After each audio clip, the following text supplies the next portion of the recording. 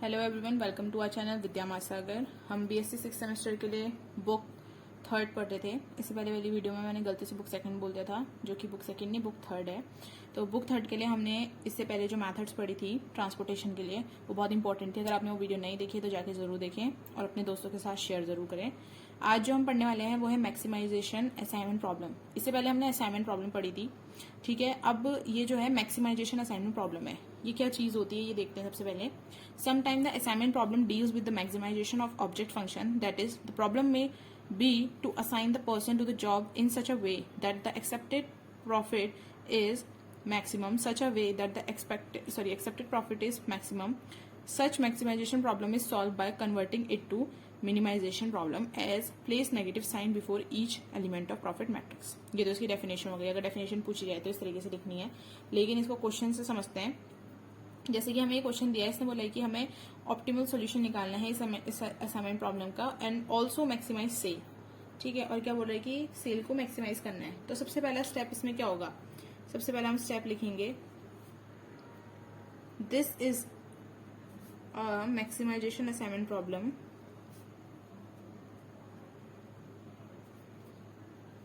आपको इस तरीके से वहां पे स्टेप वाइज ही करके आना है, तभी सही मार्क्स मिलेंगे, वरना नहीं। Problem placing negative sign before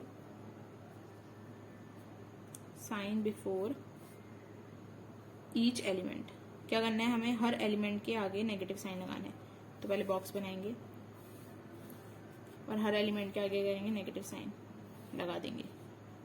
ये इसका मेथड होता है करने का।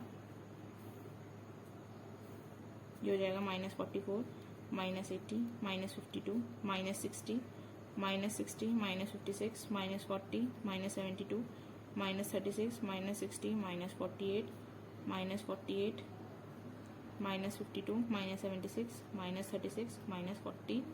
यह है A, B, C, D, first, second, third and fourth.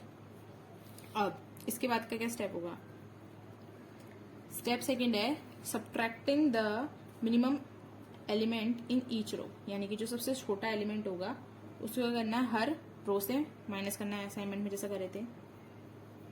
बस इसमें हमने क्या करा, माइनस साइन जो था आगे से वो लगाया।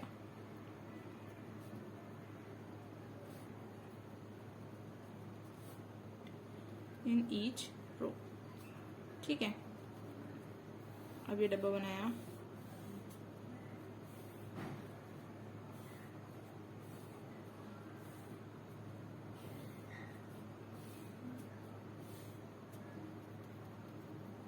सबसे छोटे से माइनस करेंगे। सबसे छोटा कौन सा नंबर है, -80, तो उससे सबको माइनस करेंगे। इस रो में सबसे छोटा -72, इस रो में सबसे छोटा है -48,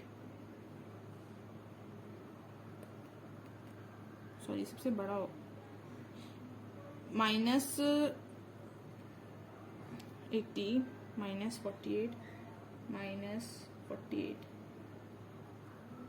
और ये इसमें सबसे छोटा -76। तो -80 करेंगे तो कितना आएगा, प्लस का 36, 0, ये आ जाएगा 28, ये 20, ठीक है। मिनिमम नंबर से माइनस कर रहे हैं, ये प्लस है यहाँ, और फिर यहाँ पे 72 है, ये 0 हो जाएगा, ये 12 हो जाएगा, ये 16, ये 32, फिर 48, ये 0 हो जाएगा, ये है आपका 48,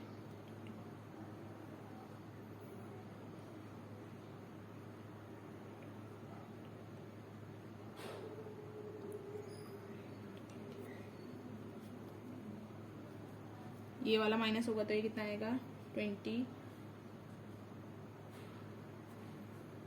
ओ सबसे छोटा 60 है ना, तो ये 0 होगा, सॉरी। और इसमें माइनस होगा तो 24, ये 12 हो जाएगा, और ये भी 12 हो जाएगा, सॉरी यहाँ पे मिस्टेक हुई थी, ये 60 से छोटा है। फिर ये 76, 0, 24, 40 एंड 36। अब हमने जैसे रो में करा वैसे क्या करेंगे, कॉलम के लिए माइनस करेंगे, subtracting the minimum element in each column, subtracting the minimum element in each column, column के लिए बना देते हैं।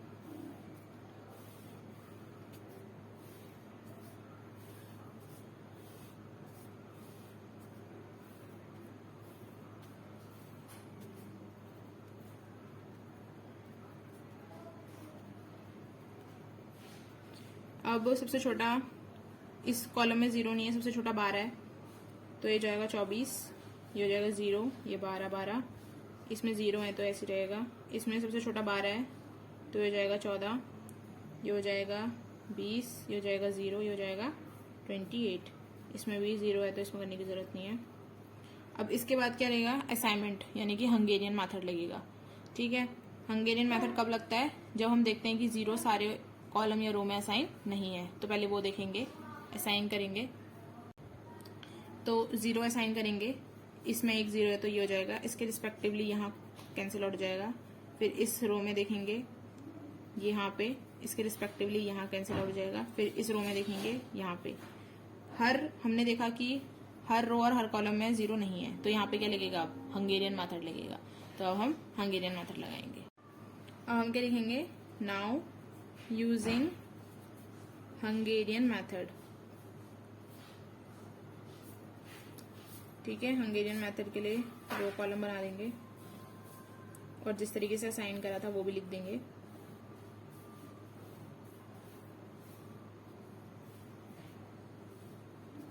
तो यहाँ पे था 24, 0, 14, 20। आप अपनी कॉपी में लिख रहे होंगे तो आपको पता होगा 0, 0, 0, 12, 12, 0, 28, 36।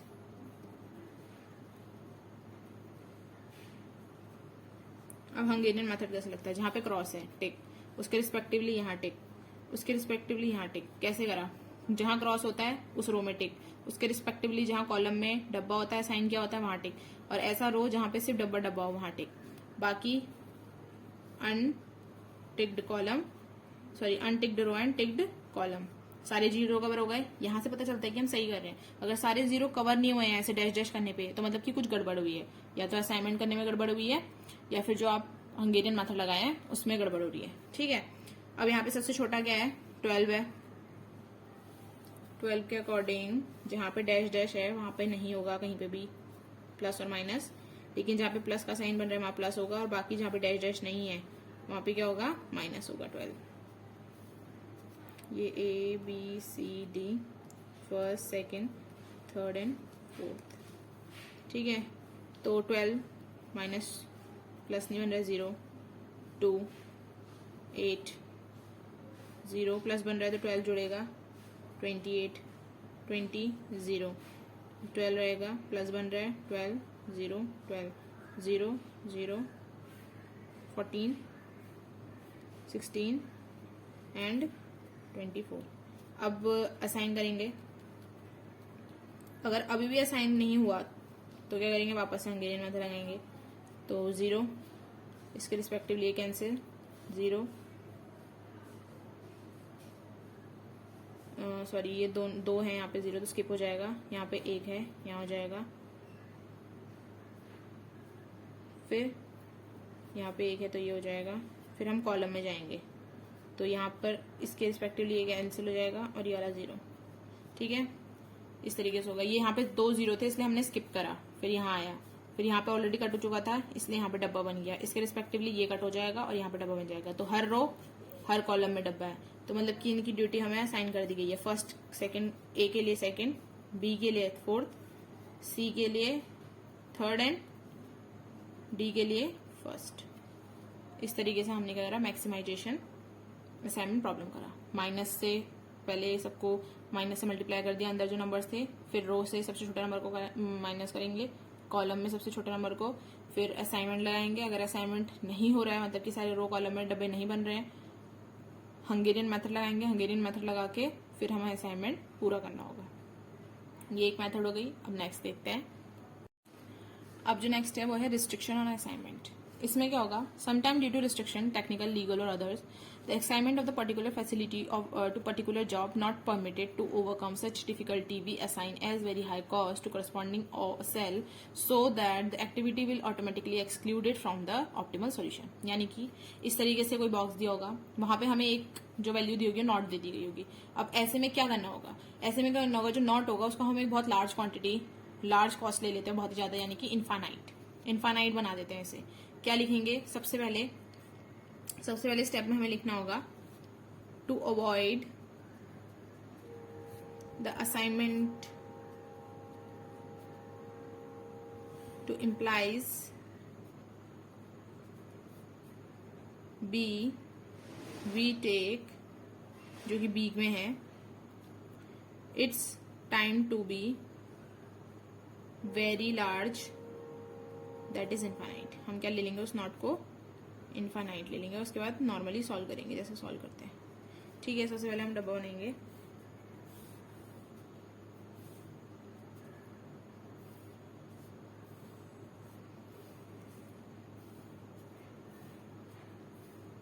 ये सबसे इजी प्रॉब्लम्स हैं देखा जाए तो एज कम्पेयर टू अदर।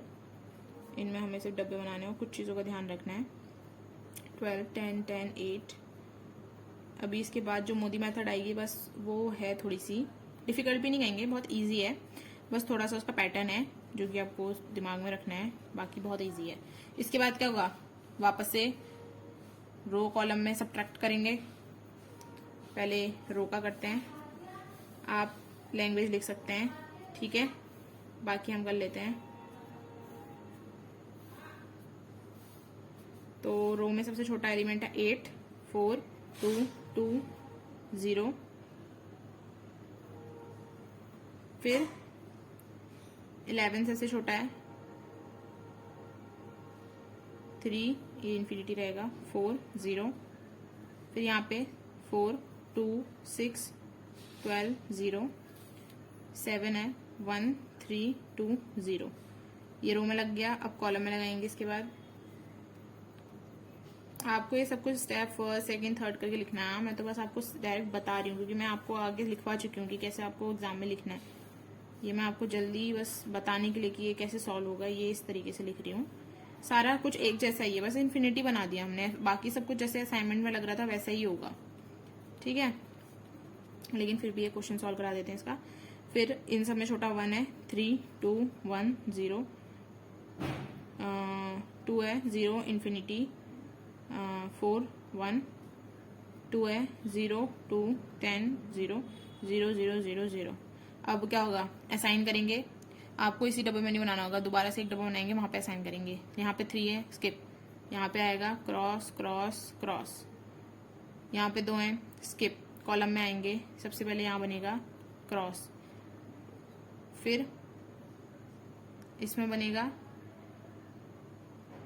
और क्रॉस। अब हमने देखा हर रो हर कॉलम में नहीं है तो हंगेरियन मेथड लगेगा। पहले जहाँ पे क्रॉस है वो, इसके अलॉन्ग ये, फिर एक डब्बा जिसमें सिर्फ डब्बा डब्बा ये। अब अनटिक्ड रो एंड टिक्ड कॉलम, सारे 0 कवर हो गए। हाँ, सारे 0 कवर हो गए। इसी चीज का ध्यान रखना होता है, यहीं से पता चलता है कि हम सही कर रहे हैं नहीं कर रहा तरीका, ठीक है। उसके बाद प्लस माइनस का आपको पता ही है, और कहाँ पे नहीं करना है ये भी आपको पता है, तो हम फटाफट से कर लेते हैं। सबसे छोटा है 1, 3, 0, 0, 1, 1, इन्फिनिटी, 1, 0, 0, 3, 9, 0, 0, 1, 0, 1।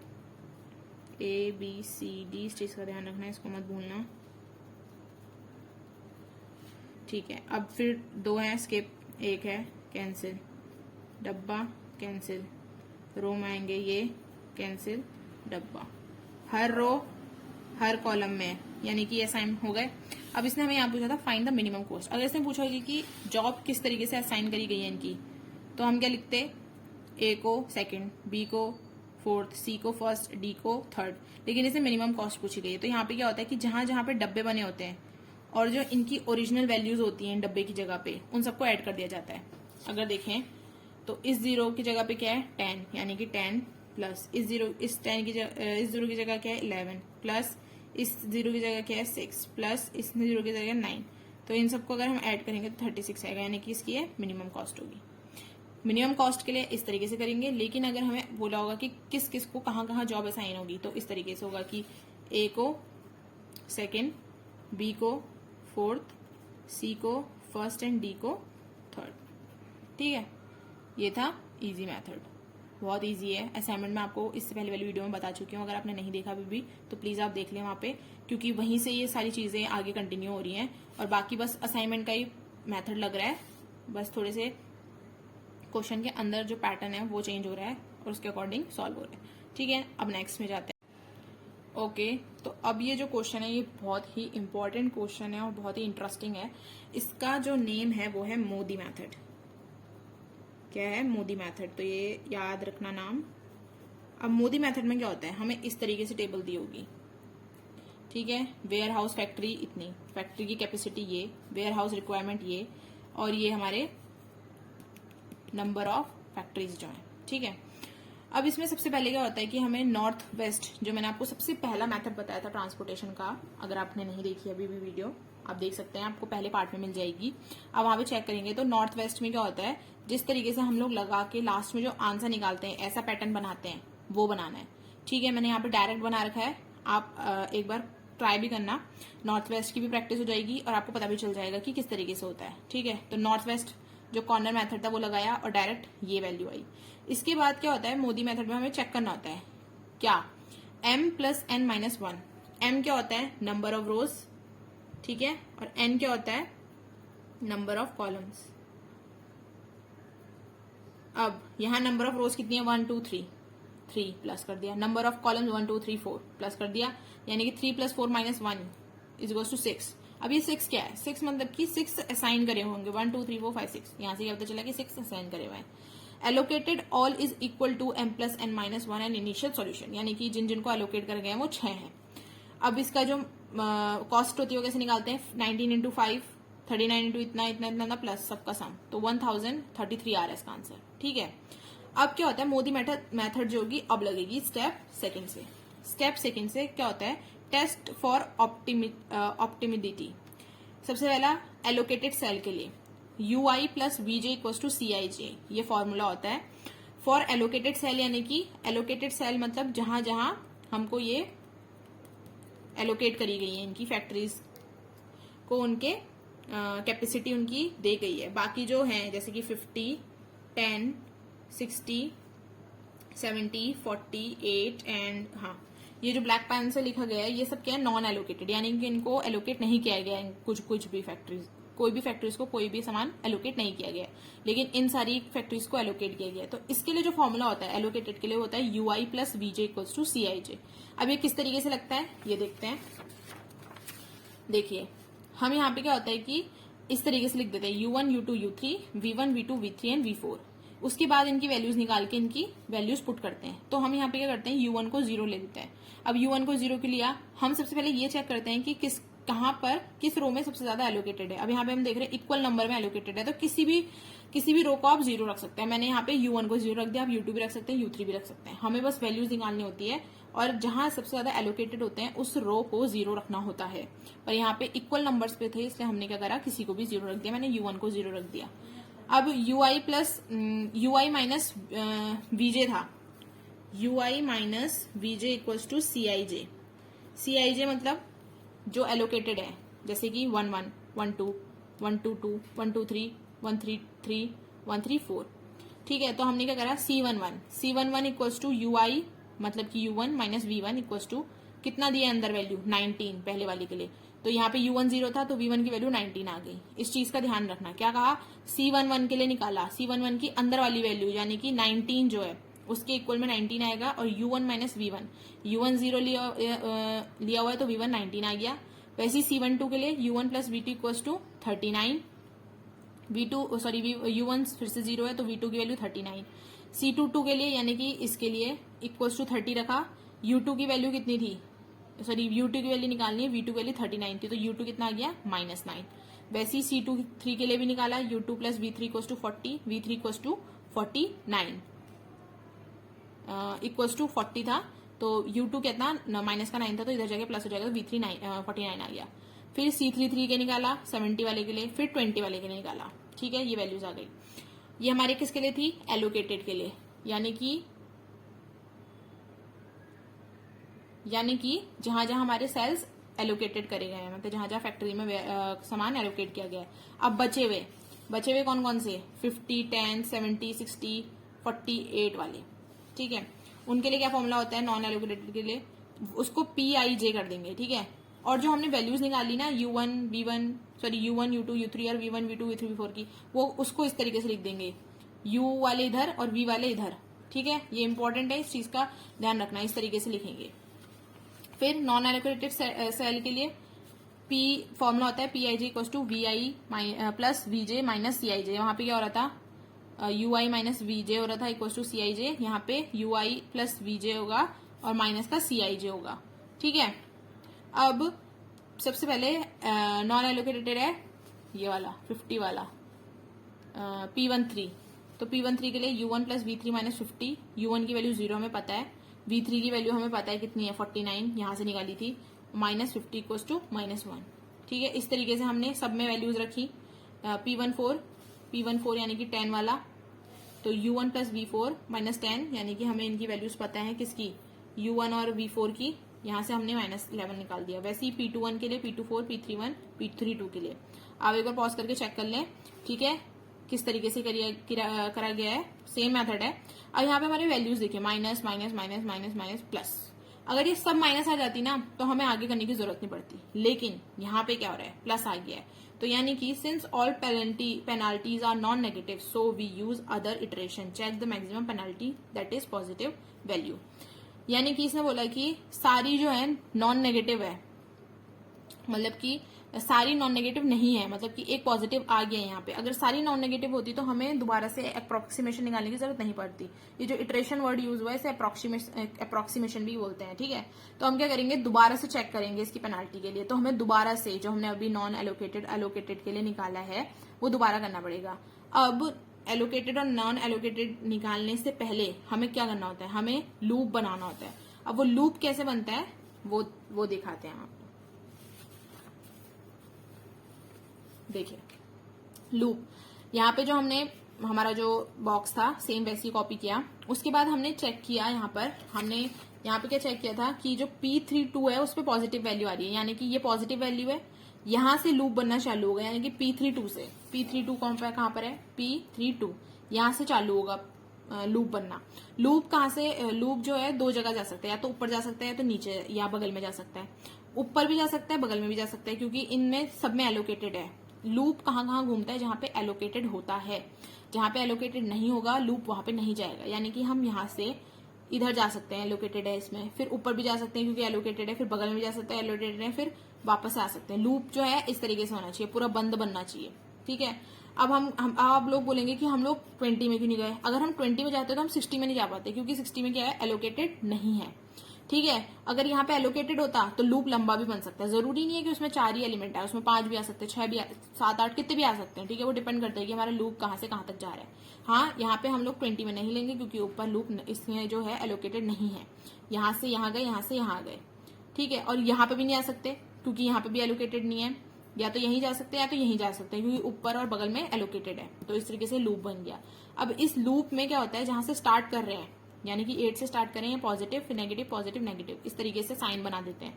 फिर जो नेगेटिव वाले साइन होते हैं, यानी कि ये वाला और ये वाला है 6, और जहां पे एलोकेटेड है 6 और 4, इनकी मिनिमम वैल्यू देखते हैं। 6 और 4 लिखा हुआ है यहाँ पर, मिनिमम वैल्यू किसकी है? 4 की।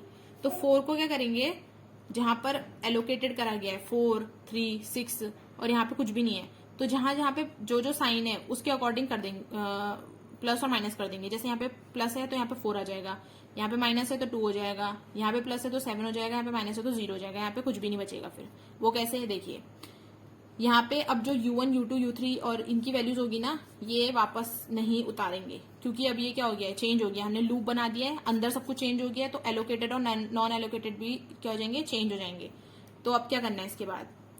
ठीक है, हमने यहाँ पर प्लस माइनस करा, प्लस के लिए करा तो यहाँ पे कुछ नहीं था तो 4 हो गया, यहाँ पे 4 था माइनस कर दिया 0 हो गया, यहाँ पे 3 था प्लस था 4 करना था 7 हो गया, यहाँ पे 6 था, माइनस था, 4 से माइनस कर देंगे 6 को तो 2 बचेगा। अब हमारी जो नॉन एलोकेटेड और एलोकेटेड सेल्स थी वो चेंज हो गई, तो यानी कि U1 U2 V1 V2 V3 4 ये भी सब चेंज हो जाएंगे। ठीक है, अगर चेंज नहीं हुआ होता तो हमारे एलोकेटेड और नॉन एलोकेटेड भी सेम रहते, पर यहाँ पे चेंज हुआ है। 70 में एलोकेटेड था, अब नॉन एलोकेटेड बन गया है। ठीक है, 8 नॉन एलोकेटेड था, ये एलोकेटेड बन गया है। अब वापस से एलोकेटेड सेल और नॉन एलोकेटेड सेल के लिए दोबारा से निकालेंगे ये किसकी values, U1 U2 U3 V1 V2 V3 and V4 की। अब यहाँ पे भी वापस हमने देखा कि रोज में सेम नंबर्स एलोकेटेड है, 2 2 2 2 2, तो हम किसी को भी 0 रख सकते हैं, तो मैंने U1 को वापस से 0 रखा। फिर वापस से हमने किस किस के लिए निकाला, C11 C12 C22 C23 C32 C3 4 के लिए, C23 C3 4 के लिए, ये 4 है यहाँ, हाँ C3 4 के लिए निकाला। हमारी वैल्यूज आ गई इस तरीके से, V1 V2 U2 V3 U3 V4 की सबकी आ गई। वापस से नॉन एलोकेटेड के लिए, ये मैं आपको पहले भी बता चुकी हूँ, तो मैं तो दोबारा डिटेल में बताऊंगी नहीं, तो आप वीडियो पॉज करके एक बार चेक कर लेना, या तो कॉपी में राइट डाउन कर लेके अपना देख लेना कि सेम आ रहा है नहीं। ठीक है, वैसे सेम आएगा। फॉर नॉन एलोकेटेड वापस से निकाला किस किस के लिए, P13 P14 P21 P24 P31 and P33 के लिए। अब देखा यहाँ पे सारी वैल्यूज क्या आ रही है, नेगेटिव नहीं आ रही है, पॉजिटिव आ रही है। क्या 41 पॉजिटिव आ रही है, यानी कि वापस से हमें क्या बनाना पड़ेगा, लूप बनाना पड़ेगा। ठीक है, लूप बनाना पड़ेगा, और कहां पर से स्टार्ट होगा वो, P14 से। P14 कहाँ है, ये 10 से स्टार्ट होगा। अब हम लूप बनाना फिर से देखते हैं। अब यहाँ पे जो मैं बोल रही थी कि लूप जरूरी नहीं है कि 4 ही उसमें डब्बे आए, जरूरी नहीं है। यहाँ पे देखिए कितने डब्बे आ रहे हैं, 1 2 3 4 5 6 7 1 2 3 4 5 6 7 8 आ रहे हैं। हमने 10 से स्टार्ट करा, तो हमने देखा कि हम नीचे भी, वैसे तो नीचे भी नहीं जा सकते हैं और इधर भी नहीं जा सकते हैं, लेकिन अगर हम इसके बगल वाले के पास जाएं तो इसके पास क्या है, एलोकेटेड है, और फिर नीचे भी एलोकेटेड है, नीचे भी एलोकेटेड है, फिर यहाँ जाएं यहाँ पे भी एलोकेटेड है, फिर वापस से आ सकते हैं। बीच के तो जो जहाँ पे डब्बे नहीं बने हैं, जहाँ पे एलोकेटेड नहीं है, वो वैसे भी यूज में नहीं आएंगे, क्योंकि 4 कॉर्नर्स ही यूज में आते हैं, और वो सब क्या है, एलोकेटेड है, जहां से हम जहां मूव कर रहे हैं, मतलब यहाँ से यहाँ तक मूव कर रहे हैं। अब आप देखेंगे कि हम यहाँ से यहाँ क्यों नहीं गए, यहाँ तो जा सकते थे लेकिन नीचे नहीं आ पाते, क्योंकि यहाँ पे कोई एलोकेटेड नहीं है। अगर यहाँ पे एलोकेटेड होता तो पूरा डब्बा बन जाता, ऑब्वियस ही बात है, क्योंकि यहाँ पे एलोकेटेड है ना, हमें चारों जहां से स्टार्ट कर रहे हैं वहां पे तो एलोकेटेड नहीं होगा, तो बचे हुए जो डब्बे होंगे, यानी कि जो बचे हुए कॉर्नर्स होंगे, उनमें एलोकेटेड जरूर होगा। ठीक है, अब जहां से स्टार्ट करते हैं वो पॉजिटिव होता है, तो positive negative positive negative, negative वाले चेक करते हैं। नेगेटिव वालों का एलोकेटेड क्या है, 2 और 14, मिनिमम क्या है 2, यानी कि 2 से सब्ट्रैक्ट और प्लस होगा, यहाँ पे प्लस हो जाएगा, यहाँ सब्ट्रैक्ट हो जाएगा, यहाँ प्लस हो जाएगा, यहाँ सब्ट्रैक्ट हो जाएगा, उसके अकॉर्डिंग एलोकेट कर देंगे। ये 2 था तो 0 हो जाएगा, यानी कि 39 से हट जाएगा। यहाँ पे नहीं था तो एलोकेट हो जाएगा, यहाँ पे कुछ नहीं होगा, ये सेम रहेगा। कॉर्नर्स वालों में होता है प्लस माइनस। यहाँ पे 4 था तो 6 हो जाएगा, प्लस करेंगे, 14 था -2 करेंगे 12 हो जाएगा। अब देखिए ये बन गए। अब वापस से क्या करना होगा, एलोकेटेड और नॉन एलोकेटेड। हमें बार बार क्यों निकाल रहे हैं एलोकेटेड और नॉन एलोकेटेड सेल, इसलिए निकाल रहे हैं क्योंकि नॉन एलोकेटेड सेल में हमारा जब तक नेगेटिव नहीं आएगा तब तक हमें वापस से क्या करना होगा, डब्बा बनाना होगा, लूप बनाना होगा। लूप बना के U1 U2 U3 V1 V2 V3 V4 की वैल्यू निकालनी होगी। फिर क्या बोलते हैं, एलोकेटेड निकालने के बाद नॉन एलोकेटेड निकालेंगे इन सब का यूज करके। अगर वो नेगेटिव आ जाएंगे सब तो फिर लास्ट में हमारा आंसर आ जाएगा। जब तक नहीं आएगा तब तक हमें करना होगा, थोड़ा लेंथी है पर इजी है। ठीक है, अब हमने क्या करा, ये डब्बा बना दिया। अब इसको वापस से क्या बनाना होगा, मतलब एलोकेटेड और नॉन एलोकेटेड सेल निकालने होंगे। तो हम एलोकेटेड और नॉन एलोकेटेड सेल निकालते हैं। ये देखिए, इसको आप देखेंगे तो फॉर एलोकेटेड सेल, जहां जहां पे एलोकेटेड हो रखा था उसके लिए हमने U1 U2 U3 V4 V1 V2 V3 V4 निकाल दिया। फिर नॉन एलोकेटेड सेल के लिए यूज करा वापस से। अब हमने क्या देखा, यहाँ पे सब नेगेटिव है, नेगेटिव नेगेटिव नेगेटिव नेगेटिव आ गए सारे वैल्यूज। अब जो जहां जहां पे सेल जो एलोकेटेड थे उसको मल्टीप्लाई करके प्लस कर देंगे, सेम जैसे हम नॉर्थ वेस्ट कॉर्नर के एट द एंड में कर रहे थे। ठीक है, हमने क्या करा, जो एलोकेटेड सेल थे ये 15 into 5 into 19 2 into 10 2 into 30 7 into 40 6 into 8 12 into 20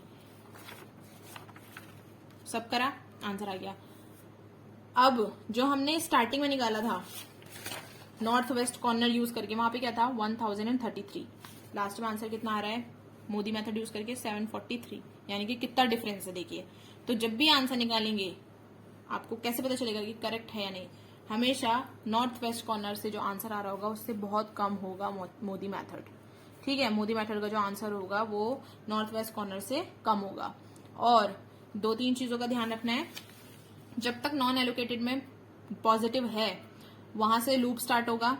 loop जो मैंने आपको बताया कैसा तरीका होता है, हमें जहां पे एलोकेटेड होते हैं उसी की तरफ मूव करना होता है। जरूरी नहीं है कि 4 ही कॉर्नर में बने, मतलब 4 ही डब्बों में बने, 6 में भी बन सकते हैं, 8 में भी बन सकते हैं, कितने में भी बन सकते हैं, पर वो कब से कहां तक जाएंगे? एलोकेटेड के थ्रू ही जाएंगे। नॉन एलोकेटेड में वो मुड़ेंगे भी नहीं। ठीक है, स्टॉप हो जाएगा, वो जो होगा लूप बनेगा ही नहीं। तो लूप का ध्यान रखना है। उसके बाद जब तक का नेगेटिव वैल्यूज नहीं आ जाती हैं सारी नॉन एलोकेटेड सेल में, तब तक का हमें क्या निकालना होगा? लूप बनाना होगा। U1, U2, U3, V1, V2, V3, V4 की वैल्यूज निकालनी होगी, फिर वापस से बनाना होगा। ठीक है, और इस तरीके से इसको सॉल्व करना होगा। एक क्वेश्चन मैं आपको दे रही हूं होमवर्क के लिए, जो कि है ये वाला क्वेश्चन। इसको आप ट्राई करिएगा। ठीक है, नहीं आएगा कोई बात नहीं, मैं इसको नेक्स्ट वीडियो में जब मैं इस बुक के यानी कि बुक 3 के इंपॉर्टेंट क्वेश्चंस करवाऊंगी तब मैं वहां पर ये क्वेश्चन करवा दूंगी। तो जरूर वीडियो को देखना। तो स्टे ट्यून और अपने दोस्तों के साथ जरूर शेयर करना। Do like, share, comment and subscribe our channel Vidya Mahasagar. Till then take care, good bye, see you.